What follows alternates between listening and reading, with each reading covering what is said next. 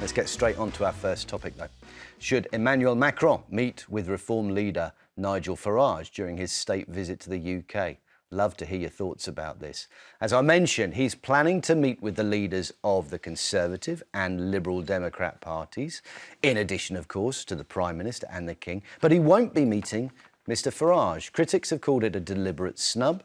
Farage currently has 4 MPs in the Commons, but his party is consistently leading in the national polls, ranked 3rd in the share of votes in the last general election. It's believed that the handling of the small boats crisis is likely to be on the agenda during Macron's time here. So, should he meet with Farage, who's been very vocal on the topic, or do you think, well, why should he, when Reform only has 4 MPs? Jemma, what do you reckon?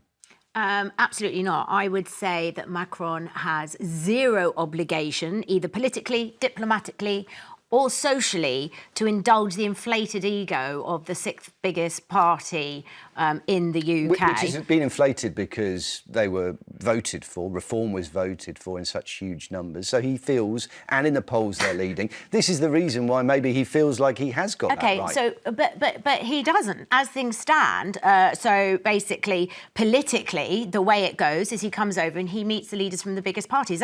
So at the moment, that is factual in terms of who he is meeting. Plus, Farage has absolutely no coherent policy to actually sort of enable any kind of sensible statecraft. So it wouldn't align with Macron's agenda, which is to come here and sort of have some entente cordiale.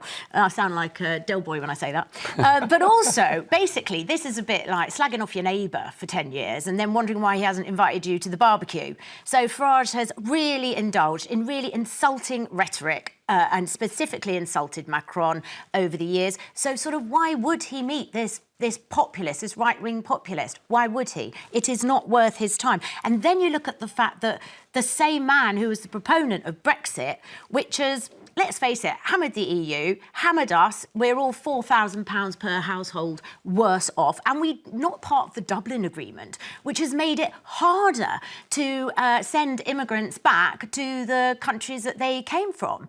So none of it makes sense. I mean, Charlie, a state visit is there to make relations better. It is, as Jemma says, there for entente cordiale, which actually defined the relationship between England and France for many years. So why poison the well? Why introduce somebody who's been so vocal against France in the past?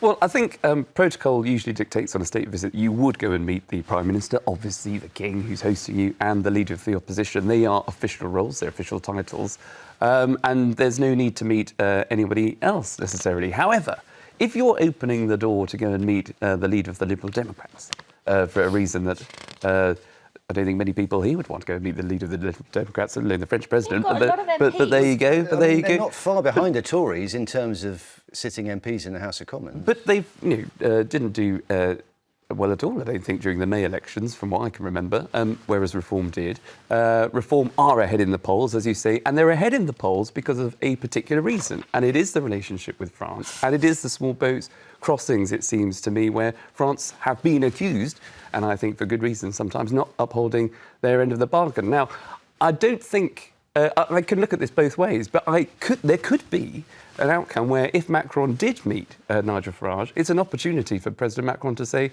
I've listened, I don't agree with a word he said, all of his policies or all of his solutions. Why should he indulge him? Otherwise, he might as well meet the leader of the Greens, the leader of Plaid Cymru, the leader of the SNP. OK. But he's not doing it. Well, listen, let's go close to the source if we can. Not the horse's mouth itself, but the deputy leader of the Reform Party, Richard Tice.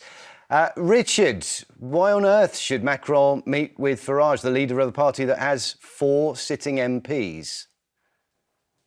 Well, of course he should, because we're polling well ahead in the polls. We're getting more votes in polls than the Tories and the Lib Dems put together in many polls. And there is no entente cordiale at the moment because of this issue, because the French are refusing to carry out their legal obligation under the 1982 UN Convention of the Law of the Sea to stop the boats, to stop them leaving their shores, as the Belgian authorities are doing. That's the reason there is a crisis of confidence in relations between the United Kingdom and France. And frankly, not to meet Nigel Farage is a sign of cowardice. sometimes, But he's going to talk to somebody. Sometimes you need a friend to be critical, to tell it as it is. And the Richard, reality is... He's going to talk to somebody that can actually do something about it. And that's going to be the Prime Minister, hopefully supported by a consensus of, let's look at this. Look, there we go. There we go. There's the Commons. There's the Commons. So there we have the Labour MPs. There we have the Tory MPs who could vote with them, Richard. Then we've got the Lib Dems that he's meeting, and there we have the Independents. There we have the SNP, Plaid Cymru. There we have the Green Party on for, and there you are, right at the bottom there. The polls are not what counts when it comes to making policy. Absolute garbage. The polls are the most important thing because Nigel Farage is favourite to be the next elected Prime Minister who the President of France will deal with. And we have a very clear policy which is kind and compassionate because it'll stop people dying. And that is you've got to pick up and take back. It's what the Belgians are doing, and guess what? They're not leading the Belgian shores. And sometimes the best thing is to hear from a friend who has got some sensible alternative solutions. Has he really been speaking like a friend to France? And that is the reality. Has he really been speaking to France and to Europe as a friend in the past? Because that isn't the tone that's been overwhelming as far as I can remember. And dear old Jemma, let's just remember that Germany and France are literally in recession. They're doing even worse than the United Kingdom, and our economy is spluttering along at effectively nowhere. This is a major crisis. Sorry, Richard, I'm not going to have a word about the British economy from you. We are 40 billion down on tax receipts. Absolute twaddle. Germany's that is in recession, factual. Gemma. Everybody can Google it, go to AI. AI. We're talking about the boats. We're talking about the boats. You're always talking about the boats. The number of crossings this year is up 50%. The boats is a concern, but you are a one-trick pony. At least a dozen people have died.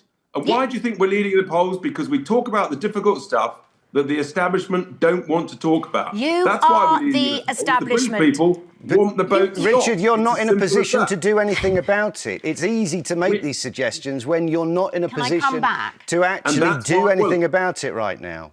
OK, Brexit has absolutely hammered this country. We're leading in the polls. We're likely to win the next general election. We've just won by an absolute landslide the May elections. We've got new polls out today showing that we're leading in Wales ahead of the May elections next year. So absolutely, in many ways, we are dictating government policy in certain areas. May I come in? We're right to talk about this.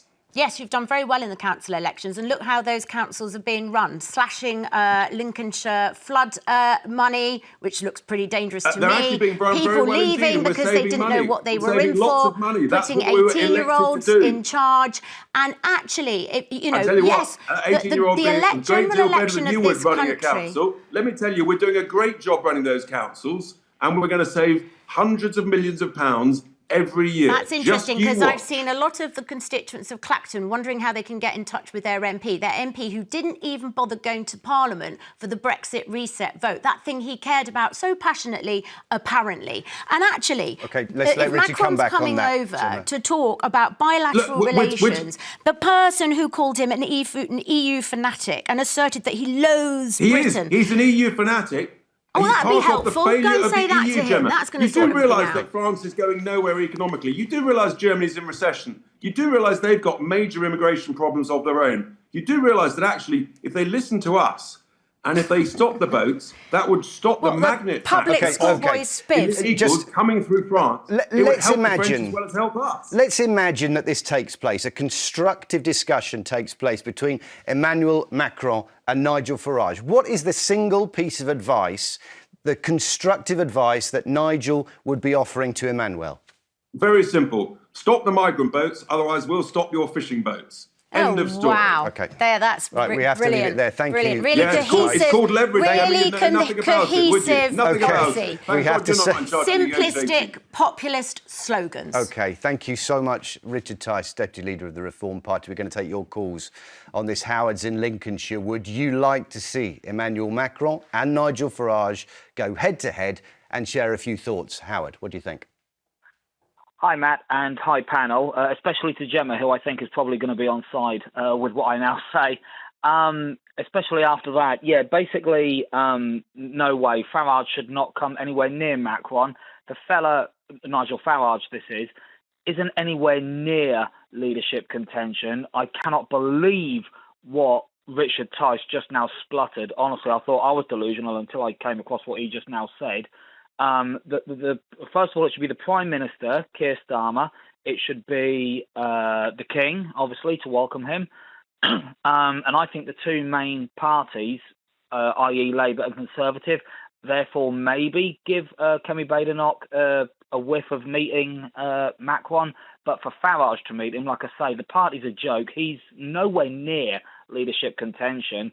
Leading in the polls, as Richard said, won outright in the last council elections as well. What about if this guy, Nigel Farage, who's led on small boats for such a long time with very firm ideas, just had a chance to share those with Emmanuel Macron? Is it impossible that they would actually come up with some kind of new thinking or solution? No, I don't think so. I think that the thing with people like Nigel Farage right now, like you said about leading in the polls, I mean, we've seen in the past what polls mean. I mean, wasn't Hillary Clinton leading in a poll against Donald Trump?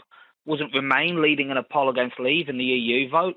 Like, we've seen what polls do in the past. So for me, polls are nothing but fabric at the end of the day. And where Nigel Farage is concerned, for all his views are and this and that and here and there, me personally, I think Farage presently, as he's been known to do in the past, is just saying what the people, before he, like say, for example, the next election comes along, I think he's just saying what the people want to hear, as, like I say, has been proven in the past, and it'll just change into something else if, God forbid, he was to get successful. I mean, Howard's right, Charlie. You know, we're 3 years away from the next election. Whatever Richard Tice says, a lot can change in those 3 years. People can change their opinions. People can actually see what Reform do when they have the bit of power that they've got now in the councils. We could be looking at something completely different, and then that was a waste of Macron's time.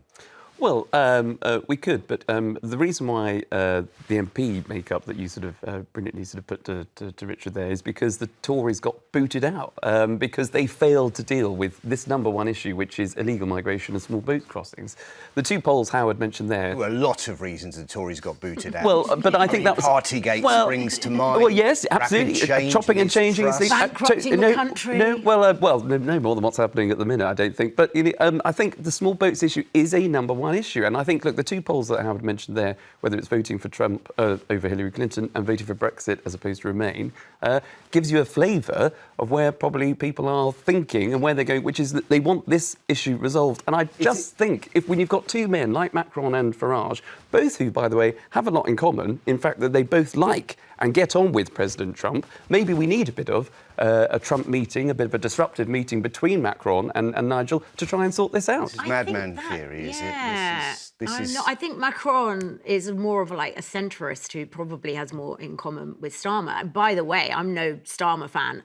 Trust me. Starmer and Trump have a lot in common. They get on very well, they keep telling us. Well, it's all but do we bells need and whistles. Trump to be involved in this? We've got a Prime Minister meeting with the President to talk about things that they can actually both make policy Trump about. doesn't need to get involved in this discussion, but because I think both Nigel and Macron do like President Trump, that they can have a meeting... Farage and Macron can have a meeting on a similar... It is not the job of the French government to indulge Nigel Farage's ego and his headlines. But they should stop the boats. But they should stop the boats. Let's take another call. They're not stopping the boats. Peter's in East Yorkshire. Peter, would you like to see Emmanuel Macron meet with Nigel Farage on this state visit? I'd be absolutely gobsmacked if Nigel Farage meets Macron. I'm struggling to find what platform the man has to actually meet the man. He's got 4/5 standing MPs. One allegedly lost the whip due to nefarious financial activities. So he's got 4/5 standing MPs. These state visits are, right, there's pomp and ceremony initially, I get that, and then they get to the nitty-gritty and you talk to people who can make policies, can make decisions. How on earth can Nigel Farage expect to be part of that when he has 4/5 standing MPs? Irrespective of where he stands in the poll, polls mean nothing. Seats on bums in the House of Commons mean everything. Where did it come from to get this? I think one of your co-presenters there just said that, we're massaging Farage's ego. Are we going to see another press conference of Nigel Farage and look at the Nigel Farage show? So where does His this, only Peter, policy seems to be immigration. Peter, where does the outrage come from? Then calling it a snub, that it should have been a natural course of events. Where does that come from Reform then? It beggars belief. It absolutely beggars belief. Who do they think they are? Yeah, when you they get are. 200 or 300 MPs sat on the green benches of the House of Commons, then we'll take you seriously. And this idea that we're going to win the next election, goodness me. Okay.